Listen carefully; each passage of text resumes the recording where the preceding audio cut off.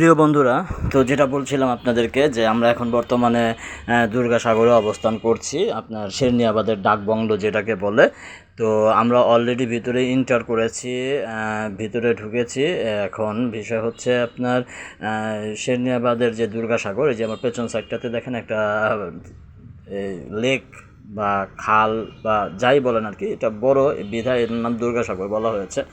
তো এখানে ঢোকার পরে আসলে আমাদের বাচ্চারা খোলামেলা জায়গা পেয়ে বেশ আনন্দই করেছে, তবে ডিসিপ্লিনের ভেতরে থেকে, শৃঙ্খলার ভেতরে থেকে, যাতে করে দুর্গাসাগরের কোনো জায়গার কোনো কিছুর ক্ষতি না হয় বা কোনো ময়লা আবর্জনা কোনো জায়গাতে না পড়ে, একেবারে শৃঙ্খলবদ্ধভাবে সবাই ঘুরে ফিরে বেশ আনন্দই পেয়েছে। আপনারা এখনই যেটা দেখছেন এটা হচ্ছে আমাদের আমরা দুর্গাসাগরের ভিতরে এন্ট্রি করছে, এবং ঠিক এভাবেই যেভাবে আমরা ঢুকেছি ঠিক এইভাবে আমরা কিন্তু আবার বের হয়ে যাব, সেটা শেষের দিকে থাকবে। তো বন্ধুরা, আমরা বরিশালের যে শিশুদের মুক্তবায়ু ক্যাম্পটা করতেছি, এটার মধ্যে আজকে হচ্ছে আমাদের দ্বিতীয় দিন, দর্শনীয় স্থান বা বাইরে ঘোরার প্রথম দিন, বাট আমরা কিন্তু এখানে স্টে করতেছি আজকে দ্বিতীয় দিন। তো দ্বিতীয় দিনে আজকে আমরা যা যা দেখবো তাদের মধ্যে একটা অন্যতম জায়গা হচ্ছে এই শেরনিয়াবাদের ডাকবাংলো।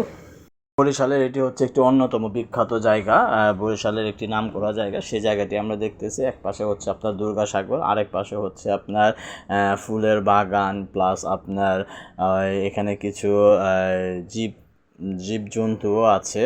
তো আমরা মেবি আসলে ভেতরে কি আছে জানি না, যেহেতু আমি এখনও আপনার এন্ট্রি, যেহেতু 250 থেকে 280 জনের একটা দল নিয়ে আমরা যে কোনো জায়গাতে যাই, তো আমি এখনও ওই গেটের এখানে দাঁড়িয়ে ক্যাপচার করছি, এখনও এন্ট্রি চলছে আমাদের।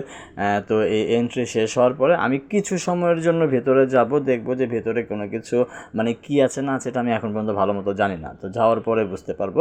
যাই হোক, সেই সময় পর্যন্ত আপনারা আমাদের সাথে থাকুন, সুস্থ থাকুন, ভালো থাকুন। আমি কিছুক্ষণের মধ্যে আবার এই ভিডিও সহকারে আপনাদের কাছে ফেরত আসতেছি।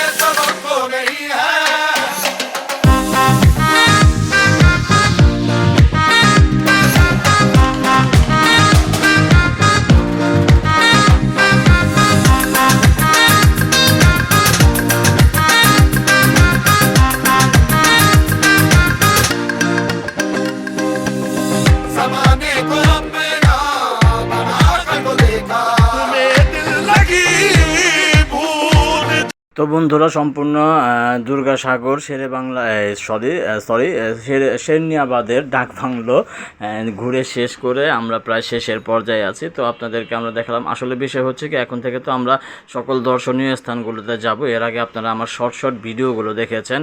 তো আসলে ফুল দর্শনীয় স্থানটা কাভারেজ করার জন্য ভিডিওটা একটু বড়ই হবে। তো আশা করি যে আমি আপনাদেরকে বিরক্ত করব না, বরঞ্চ আমার ভিডিও দেখে আপনারা আনন্দই পাবেন। যদিও এটা একটুখানি লং হয়, তো আপনারা চেষ্টা করবেন যে আমার সম্পূর্ণ ভিডিওটি দেখার জন্য, কারণ এখানে অনেক কিছু দেখার আছে।